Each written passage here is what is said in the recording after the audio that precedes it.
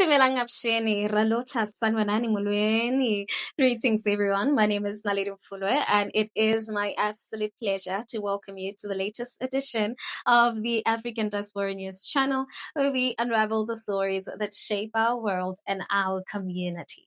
Now, today we're going to be discussing a shocking case of child abuse that has left many of us in Africa and around the world quite outraged. Now, American Christian pastor Daniel Fi has been sentenced to 40 years in prison for traveling to Haiti on multiple occasions to sexually assault orphaned Haitian girls as young as 6 years old. Now, let's delve into the details of this disturbing case. So, what charges are you being held here for? I'm not sure, honestly. There's been no formal charges that have been brought up against me at all. Have you had a trial?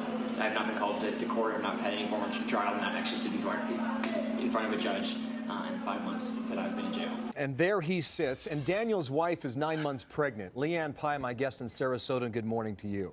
You and your husband, you've run an orphanage in Haiti for years. How can this American be held without a charge?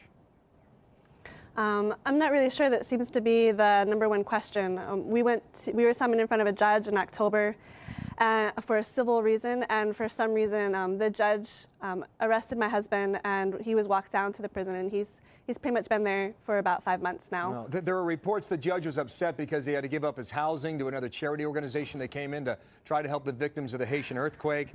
There's a report that suggests that there was the assets between two different charities that needed to be exchanged, and apparently they were. Whatever the truth, still there is not a charge against your husband. Now, he's reportedly to have been sexually abused. There are reports that he contacted malaria, reports that he fought off cholera, all while in prison. How are these conditions? Haiti prison it's atrocious. It's a 10 by 12 foot room with about 25 other men. He doesn't sleep alone in his own bed. I have to fight to get doctors in. Sometimes I have to fight to get food in. It's just a daily battle, and he's still there, and I have no hope of getting him out anytime soon. You have no hope. Wow. You went to Haiti on Christmas Eve. He was released. And moments after he was released, he was rearrested. How much of a heartbreak was that? It is unimaginable. I went there Christmas Eve. I had another judge able to sign his release papers. I did all the right steps, and we were walking out of the prison together, and we were approached by a police officer and was handed an arrest warrant, and an arrest warrant that neither one of us could read, and he was handcuffed again and then turned back around and walked back into the prison. We never even made it to our car. I'm sorry for that. We will be in contact with you, Leanne, okay? We're going to be in contact with the embassy and the Haitian government and try and get this resolved. Now, the details of his crimes are nothing short of horrific, and it's quite heartbreaking to think about the trauma and pain that these young girls have endured.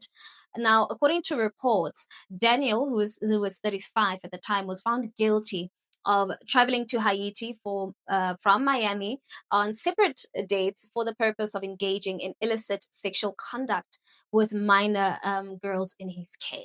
Now, the victims, now young women, testified that Daniel would touch them inappropriately and also perform oral on them and force them to perform oral on him. And one of the victims was actually just 6 years old when the abuse started.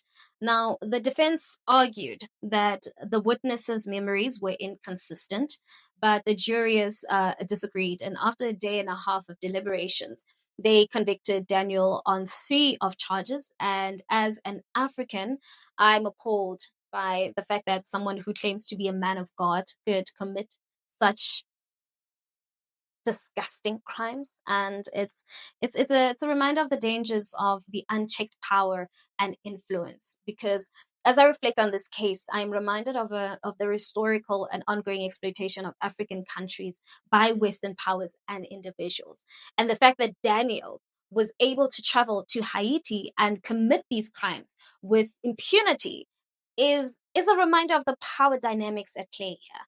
I believe that this case highlights the need for greater awareness and education about the exploitation and abuse of children, particularly in vulnerable communities. And with that being said, I believe that we must work towards creating a world where children are protected and valued, and where those who actually seek to harm them are brought to justice.